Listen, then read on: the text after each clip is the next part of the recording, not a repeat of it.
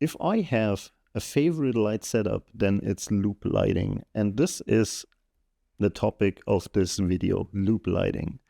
Loop lighting is a very simple principle of lighting. It's basically a main light setup that creates a shadow on one side of the nose.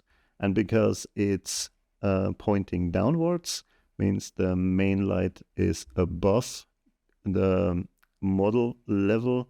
It is a natural light that allows the model to move quite freely, and it's also a base for a lot of other things.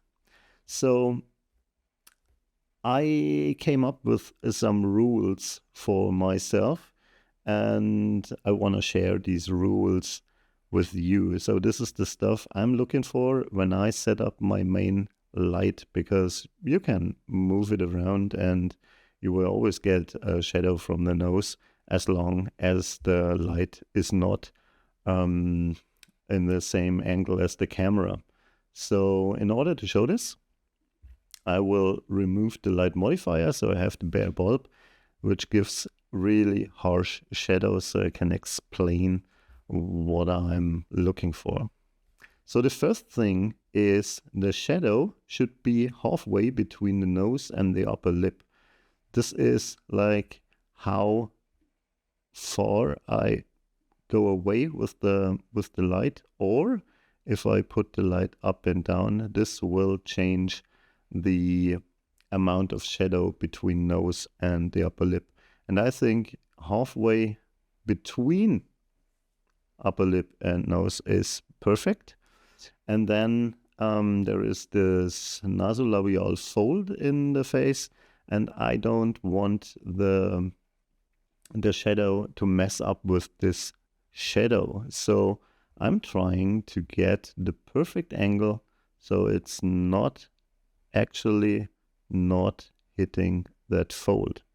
So in my opinion, something like this position might be really good. As I said, there is a lot of movement is possible. But when I now place my light modifier, I'm using a small beauty dish, then I get this nice effect. Unfortunately, the beauty dish is now in the frame, so I'm going to move this right out of the frame. Doesn't change the light a lot, but it's not in the frame. So this is basically loop lighting. So one side of the nose gets more shadow than the other side. And if you're not using a beauty dish, but you're using let's use a normal reflector, is also possible, then you can even get harsher shadows, and maybe need to move this down a little bit. So this shadow is still a little bit too high. So something like this gives a very nice natural result. So you can use this light setup as a base for more complex setups. So you can add a second strobe. So let's just add the second strobe here. So this is something I call the 180-degree rule in this setting. So it's on the opposite side. Maybe even move it a little bit further away, so you get this nice little light, rim light here.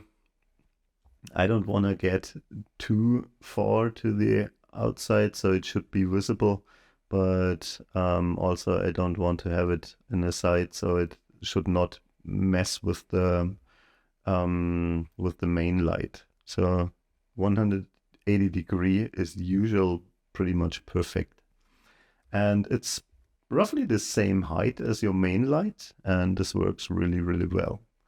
Be careful with the power though. If you use too much power, then it becomes an effect light and it takes away the strength of your loop lighting. But if done right, it's a very nice natural light with a bit of shine in the air and a lot of separation from the background on the shoulder.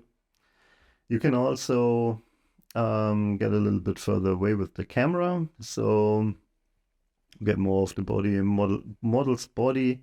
You can use it with a lighter background, and if you add another strobe for the background, then you can even use this as a dramatic portrait light in front of a pure white background. So one thing is, if you think about natural light, it usually comes from above. So a light source, the sun, is usually also in a kind of similar angle. So the shadows are very natural. And this means even if the model moves, this light setup will hold up. And even with hands in the frame, this will work really, really well. So this is a light setup that is very easy to set up, and the model can do actually a lot with hands and with movement and stuff. So this is, I really, really like this. Be careful though, if the model is turned in the other direction and you don't have this second light, the body might be too much in the shadow. So always turn into the light, makes it look a little bit nicer and cleaner, at least in my opinion. So also if the head, if you move the head, this is still a dramatic and natural portrait light, and that's the reason why I really, really enjoy working with this light setup. And as I said, it's very easy. It does not need a lot of space, and you don't need tons of equipment to make this loop lighting actually work. So I'm uploading this light setup to the set.a.light community. You will also find the ID of this light setup below this video in the description. And if you have any questions, just put them below this video. If you have any inspiration or further ideas or questions, I will answer this. And if you want to join this channel, we really appreciate this. And if you ring the bell, you won't miss any upcoming videos. So have a nice day. Thank you for watching. This was Stefan for set.a.light.